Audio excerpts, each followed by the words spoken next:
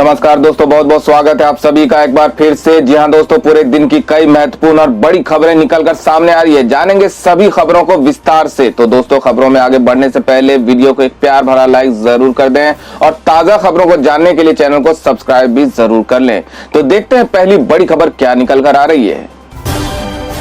मोदी सरकार ने संसद में पेश किया महिला आरक्षण बिल। जानिए विधेयक की बड़ी बातें। बता दें कि विशेष सत्र के दूसरे दिन लोकसभा की कार्रवाई के दौरान मोदी सरकार ने आज नई संसद में अपना पहला बिल पेश किया।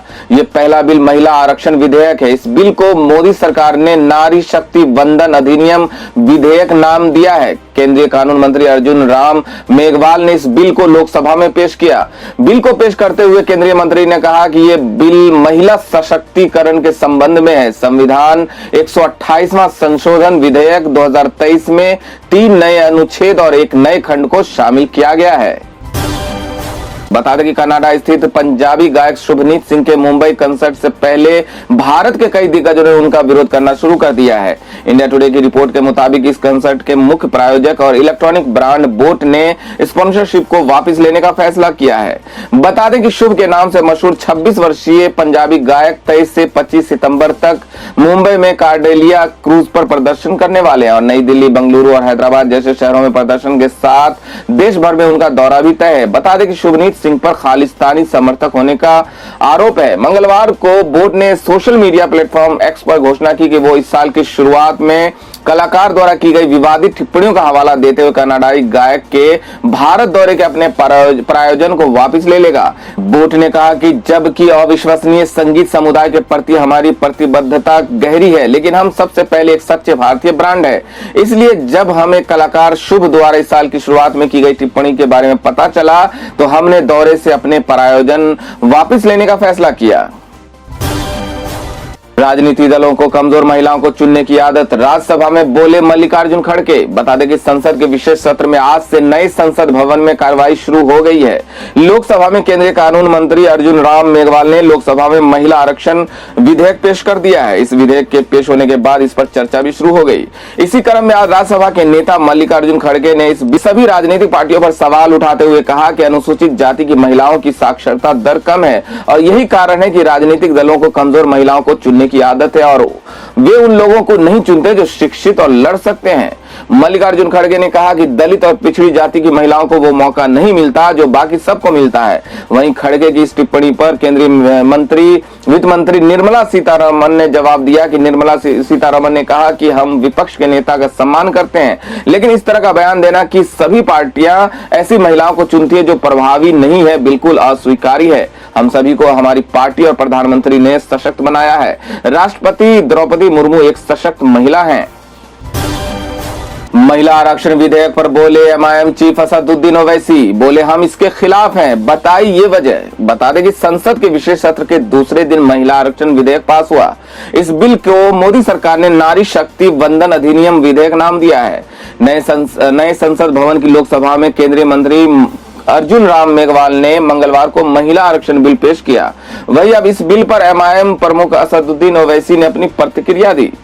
नए संसद भवन से बाहर आने के बाद मीडिया से बात करते हुए ओवैसी ने कहा कि आप किसे प्रतिनिधित्व दे रहे हैं? जिनका प्रतिनिधित्व नहीं है उन्हें प्रतिनिधित्व दिया जाना चाहिए। महिला आरक्षण बिल पर एमआईएम प्रमुख असदुद्दीन ओवैसी ने कहा कि हम इसके खिलाफ है। उन्होंने कहा कि इससे पहले भी जब ऐसा बिल पेश हुआ था तब हमारी पार्टी ने इसका विरोध किया था। इस बिल में सबसे बड़ी खामी यह है कि इसमें ओबीसी और मुसलमान महिलाओं के लिए कोटा नहीं रखा गया है, इसलिए हम इसके खिलाफ हैं। लोकसभा में अधीर रंजन चौधरी के बयान पर हंगामा। महिला आरक्षण बिल पर किया ऐसा दावा, अमित शाह ने दिया जवाब। बता दें कि 18 सितंबर से शुरू हुए संसद के विशेष सत्र का आज दूसरा दिन है। ऐसे में मंगलवार को नई संसद के पहले ही दिन नेता प्रतिपक्ष अधीर रंजन चौधरी के बयान पर जमकर हंगामा हो गया, जिस पर एनडीए सांसदों ने आपत्ति जताई। दरअसल नेता प्रतिपक्ष अधीर रंजन चौधरी ने महिला आरक्षण बिल पर दावा करते हुए कहा कि ये बिल अभी भी अस्तित्व में है। उन्होंने दावा किया कि मनमोहन सिंह के सरकार के दौरान महिला आरक्षण बिल जो संसद में पेश किया गया था वो अभी तक अस्तित्व में है। अधीर रंजन चौधरी के इस बयान के बाद गृह मंत्री अमित शाह ने उनके दावे को गलत करार दिया, जिसके बाद एनडीए सांसदों ने आपत्ति जताई और सदन में जोरदार हंगामा शुरू कर दिया। केंद्रीय गृह मंत्री अमित शाह ने कहा कि बिल अब अस्तित्व में नहीं है, नेता प्रतिपक्ष के बयान को रिकॉर्ड से हटाया जाए। लोकसभा में अधीर रंजन चौधरी ने कहा कि राजीव गांधी, नरसिम्हा राव और मनमोहन सिंह सरकार ने अलग अलग समय पर महिला आरक्षण बिल को पास कराने की कोशिश की, लेकिन कभी राज्यसभा में पास होता था, लोकसभा में पास नहीं होता था, कभी लोकसभा में पास होता था तो राज्यसभा में गिर जाता था। उसके बाद उन्होंने दावा करते हुए कहा कि मनमोहन सिंह सरकार के वक्त जो महिला आरक्षण बिल आया था वो अभी तक जिंदा है, उसे राज्यसभा में पेश किया गया था। नेता प्रतिपक्ष के दावे पर अमित शाह ने कहा महिला आरक्षण बिल लोकसभा में कभी पास नहीं हुआ था। दूसरा, ये बिल पुराना लोकसभा में लंबित है, ये सही नहीं है। ये बिल 2014 में ही लोकसभा के विघटन के साथ ही निरस्त कर दिया गया था। अधीर रंजन का ये बयान तथ्यात्मक रूप से गलत है। मैं मांग करता हूं कि नेता प्रतिपक्ष के बयान को रिकॉर्ड से हटाया जाए। पहला बवाल थमा नहीं, उदयनिधि ने फिर दिया नया बयान, कहा सनातन धर्म को अब खत्म करने की जरूरत। बता दें कि तमिलनाडु के मंत्री और सीएम एम.के. स्टालिन के बेटे उदयनिधि स्टालिन के सनातन धर्म को लेकर दिए गए पिछले बयान पर मचा सियासी हंगामा अभी थमा भी नहीं है कि उन्होंने फिर से नया बयान देकर विवाद खड़ा कर दिया। उदयनिधि स्टालिन ने कहा कि सनातन धर्म को अब खत्म करने की जरूरत है और हम मानते हैं कि जन्म से सभी समान हैं। दरअसल उदयनिधि ने यह बयान तमिलनाडु के गवर्नर आर.एन. रवि की उस टिप्पणी के जवाब में दिया जिसमें उन्होंने कहा कि प्रदेश में सामाजिक और जातिगत भेदभाव है। रविवार को आयोजित एक कार्यक्रम में गवर्नर आर.एन. रवि ने कहा कि तमिलनाडु में सामाजिक भेदभाव आज भी एक बड़ी समस्या बना हुआ है। वहीं इस बयान को लेकर जब पत्रकारों ने उदयनिधि स्टालिन से बात की तो उन्होंने कहा कि हम भी तो वही बोल रहे हैं जो गवर्नर ने कहा और यही वजह है कि हम लगातार इस बात को कह रहे हैं कि सनातन धर्म को खत्म कर देना चाहिए। हम भी जातिगत भेदभाव का मुद्दा उठा रहे हैं और हमारा कहना है कि जन्म से सभी लोग समान है, जाति के आधार पर चाहे जहां भी भेदभाव हो वो गलत है। इंडिया अलायंस में शामिल होने का न्योता न मिलने पर बरसे असदुद्दीन ओवैसी, वहां दम घुट रहा होगा। गैर बीजेपी दलों के ग्रुप इंडिया अलायंस में शामिल होने का न्योता नहीं मिलने पर ऑल इंडिया मजलिसे इत्तेहादुल मुस्लिमीन यानी एमआईएम अध्यक्ष असदुद्दीन ओवैसी सोमवार को खुलकर सामने आए। उन्होंने मीडिया के सामने ओवैसी ने कहा कि हम इंडिया गठबंधन में नहीं है और मुझे इसकी परवाह नहीं है, वहां दम घुट रहा होगा। वे अपनी विचारधारा पर बीजेपी के खिलाफ क्यों नहीं खड़े हो रहे हैं। उन्होंने कहा कि अगर वे हमें टिकट देंगे तो उन्हें हिंदू वोट नहीं मिलेगा। मैं खुले तौर पे कह रहा हूं कि बंद दीवारों के पीछे कहते हैं। वहीं ओवैसी ने राहुल गांधी की वायनाड में जीत को लेकर कहा कि राहुल गांधी अमेठी में हार गए लेकिन वायनाड में जीत गए। वो वायनाड से इसलिए जीते क्योंकि वहां मुस्लिम लीग है, मुस्लिम लीग ने उन्हें डूबने से बचाया। वहां चुनाव नहीं लड़ूंगा, वहां बीजेपी के साथ मेरा कोई डील नहीं हुई है। ओवैसी ने आगे ये भी कहा कि मेरा रुझान इस बात को स्वीकार नहीं करता कि मुसलमानों को चुनाव लड़ना चाहिए। मुझे लगता है कि मुसलमानों को चुनाव में भाग लेना चाहिए। जब तक आप लड़ेंगे नहीं तब तक आप जीत नहीं पाएंगे। अगर आप हार भी जाते हैं तो भी चुनाव में खड़ा होना जरूरी है, जरूरी।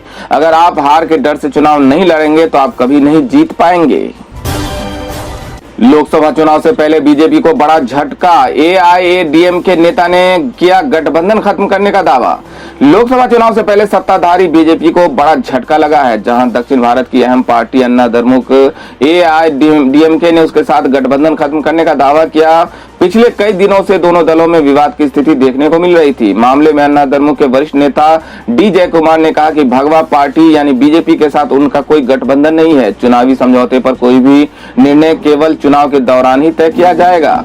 जयकुमार ने तमिलनाडु बीजेपी चीफ अन्नामलई पर भी निशाना साधा है। साथ ही द्रविड़ नेता सीएन अन्नादुरई पर टिप्पणी की आलोचना की। उन्होंने कहा कि उनकी पार्टी के कार्यकर्ता दिवंगत मुख्यमंत्री का अपमान बर्दाश्त नहीं करेंगे। उन्होंने जयललिता समेत अन्य अन्ना द्रमुक नेताओं के बारे में विवादित टिप्पणी की थी। ऐसे में एआईएडीएमके ने बीजेपी से मांग की कि उन पर लगाम लगाई जाए, लेकिन ऐसा नहीं हुआ। ओवैसी का बीजेपी पर जोरदार हमला, कहा गोडसे सावरकर की संतानों को भगाने का समय आ गया है। बता दें कि ऑल इंडिया मजलिसे इत्तेहादुल मुस्लिमीन यानी एमआईएम नेता असदुद्दीन ओवैसी ने कहा कि राष्ट्रीय स्वयंसेवक आरएसएस और भारतीय जनता पार्टी पर उनकी विचारधाराओं को लेकर जोरदार हमला बोला। राष्ट्रीय एकता दिवस के अवसर पर हैदराबाद में आयोजित एक कार्यक्रम में असदुद्दीन ओवैसी ने कहा कि विनायक दामोदर सावरकर और नाथूराम गोडसे तो चले गए लेकिन उनके बच्चे अभी भी यहाँ हैं, उन्हें अब भगाने का समय आ गया है। उन्होंने कहा कि 17 सितंबर 1948 को निजाम के शासन के तहत हैदराबाद के भारतीय संघ में विलय में आरएसएस की कोई भूमिका नहीं थी। ओवैसी ने केंद्रीय गृह मंत्री अमित शाह पर सियासत के विलय के बारे में झूठ बोलने का आरोप लगाया। भारतीय संघ के साथ हैदराबाद राज्य का विलय बिना रक्तपात के हुआ था। हाल ही में हैदराबाद मुक्ति दिवस के आधिकारिक समारोह में बोलते हुए अमित शाह ने कहा था कि लौह पुरुष सरदार पटेल न होते तो इस विशाल क्षेत्र को इतनी जल्दी मुक्ति नहीं मिलती। वो सरदार पटेल ही थे जिन्होंने राष्ट्र सर्वप्रथम के सिद्धांत को चरितार्थ कर हैदराबाद में पुलिस एक्शन कर निर्णय लिया और खून का कतरा बहाए बिना निजाम के रजाकारों की सेना को सरेंडर करने पर मजबूर कर दिया। ओवैसी ने कहा कि पुलिस कार्रवाई के बाद पंडित सुंदरलाल के नेतृत्व में एक समिति ने हैदराबाद राज्य का दौरा किया था। ओवैसी ने कहा कि रिपोर्ट में पंडित सुंदरलाल ने कहा कि 20,000 से अधिक मुस्लिम मारे गए। हैदराबाद का एकीकरण बिना रक्तपात के संभव हो सकता था, लेकिन ये तत्कालीन शासकों की गलती थी। मणिपुर के मुद्दे पर खड़गे ने पीएम मोदी पर किया डायरेक्ट अटैक, कहा बदलना है तो हालात बदलो। बता दें कि संसद के विशेष सत्र के पहले दिन सोमवार को राज्यसभा में विपक्ष के नेता मल्लिकार्जुन खड़गे ने मणिपुर के मुद्दे को लेकर प्रधानमंत्री नरेंद्र मोदी पर सीधा निशाना साधा है। उन्होंने पीएम मोदी की इस बात को लेकर आलोचना की है कि वे विदेश दौरों पर तो जाते हैं लेकिन मणिपुर नहीं जा रहे हैं। खड़गे ने इस दौरान मोदी सरकार के खिलाफ एक कटाक्ष वाली कविता भी पढ़ी और उसे कुर्सी छोड़ने तक की मांग कर दी। कांग्रेस ने पार्टी अध्यक्ष के इस कविता को अपने एक्स हैंडल यानी ट्विटर पर भी शेयर किया है। अपने भाषण के दौरान खड़गे ने बीजेपी को यह भी सलाह दी कि वो अपनी राजनीति का तरीका बदले। उन्होंने कहा कि आप जो राजनीति करते हैं उसका रास्ता बदलिए, हमारे नई संसद में शिफ्ट करने से कुछ भी नहीं होगा। इससे पहले प्रधानमंत्री नरेंद्र मोदी ने लोकसभा में पुराने संसद भवन के 75 साल की ऐतिहासिक यात्रा का जिक्र करते हुए उसकी उपलब्धियां गिनाई। साथ ही इन 7.5 दशकों के दौरान देश की संसदीय व्यवस्था की मर्यादा बढ़ाने वाले तमाम नेताओं और सांसदों के योगदान का भी गौरवगान किया। तो दोस्तों ये थी अब तक की सभी बड़ी खबरों की अपडेट्स। टुडे ब्रेकिंग न्यूज और लेटेस्ट खबरों को देखने के लिए हमारे चैनल को सब्सक्राइब जरूर कर लें, वीडियो को लाइक और शेयर भी जरूर कर दें। वीडियो देखने के लिए बहुत बहुत धन्यवाद।